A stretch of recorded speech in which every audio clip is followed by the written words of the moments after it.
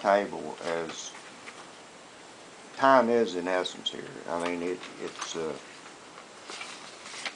only thing that we're concerned about is the time and what we're going to do with the animals until we get a new facility. And the only reasons leading me to believe that Sandy was no longer taking animals, that we got the sheriff boarding.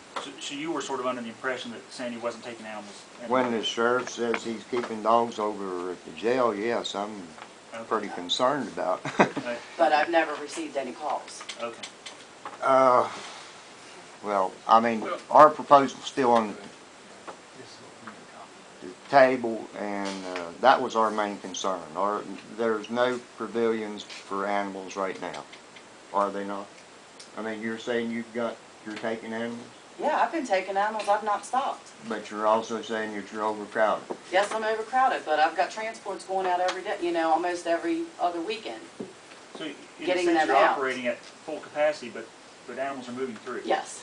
Sandy, why don't you explain exactly what is entailed with the transport? Well, basically, just like all the puppies that I have to pick up, I actually was going to do a transport last Saturday, but when I thought I only had 2 litters of puppies coming in, I got more phone calls when I got home, so I called my rescues and I said, look, I've got more puppies that I'm getting calls on. Let's hold off on the transport. They're vaccinated for one thing for distemper, parvo when they come in the door, and bordetella, and they're wormed automatically when they come into my place. Then I have to take them to the vet. I have to get a health certificate. If they're at 3 months old, they have to have a rabies shot. Then I have to load everybody up, and I usually end up driving either to Strasburg, Virginia, to meet up with the rescues, because the rescues that I work with mainly are in Delaware, New Jersey, New York, you know, up in that area, because they have stricter laws in their states where you can't basically own an animal unless it's spayed or neutered, so they don't have the overpopulation of puppies, you know, like we do here. They have a lot stricter, you know, laws and stuff. It's just that, you know, I have to do all this as well as going and picking them up and taking care of them. I have to get all this done too. And thank God if it wasn't for Jamie, I don't know where I'd be, because she does most of my online work to find the rescues to take these animals. And then they're Can I make a comment? Yeah, and then they're adopted. About looking at our proposal, you know, in the short term, we want to support someone. So that's getting Sandy more kennels, more volunteers, so that can take care of our short term. And you guys keep saying, you know, if we do this long-term cost, there's going to be, you know, if there's 2 shelters, it's going to be more cost. And we don't see it that way. If you do it right and build a facility that's going to it's going to take care of the problem eventually, instead of, you know, keep repairing it.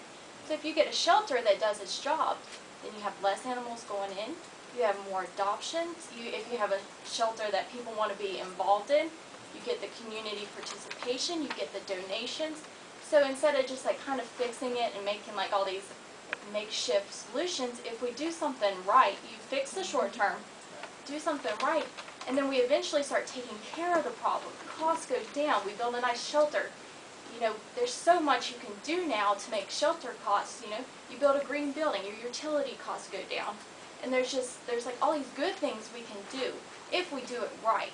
It's going to take some upfront costs. We've got grants, we can get the community behind it, and then your involvement, eventually your financial involvement can go down as we get the spays and neuter, we get the education and all that stuff. So it's like if everybody kind of just jumps in, we do it right, then we can kind of take care of the problem instead of just being reactive. We can start being proactive to the issue. Instead of one person doing everything like I've been doing for 14 years, I'd have their help.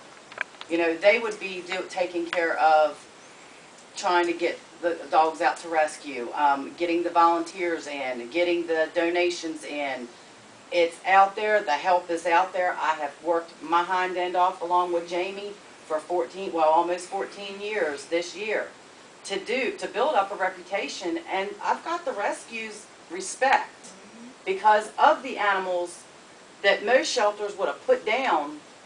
I've saved, you know, I've done my best, and I've got them into homes. It may take longer, but I get them in there. And you've been honest with And I'm honest with them. them. And, you know, they can, if they do donate money, or they do send money to get the dogs vetted before they are sent to them, you know, they're not afraid to send Sandy money to, you know, to do what needs to be done, because, and they know that what they're getting is, what she says they're getting is what they are getting. If there's something wrong with the dog, they believe her, because that's what's wrong with the dog. And I've also started a program now with offering microchipping to people in the community, where at a vet you pay $48 to have it done.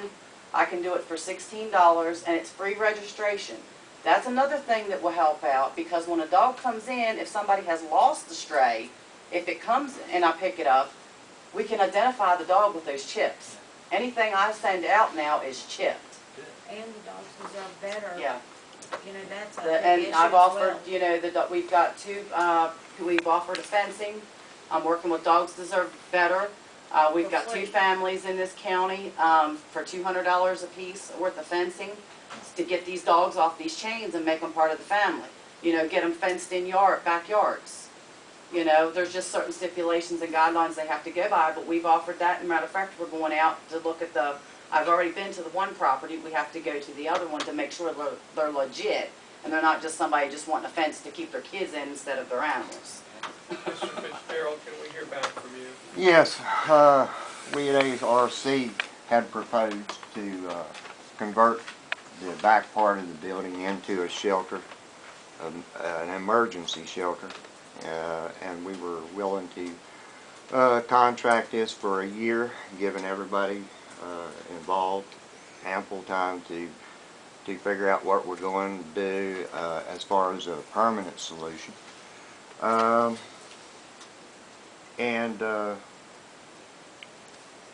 We just wanted to stress the emergency situation that we have as far as taking care of the animals. There again, we were proposing that we take the old Hanover shoe building, part of it, the back of it, refurbish it, put the animals in, care for them.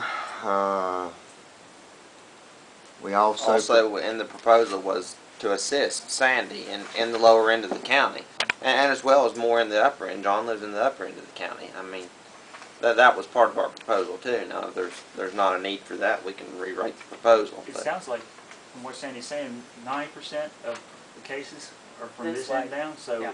it's pretty clear we need some. Well, in our some proposal, troops down this way.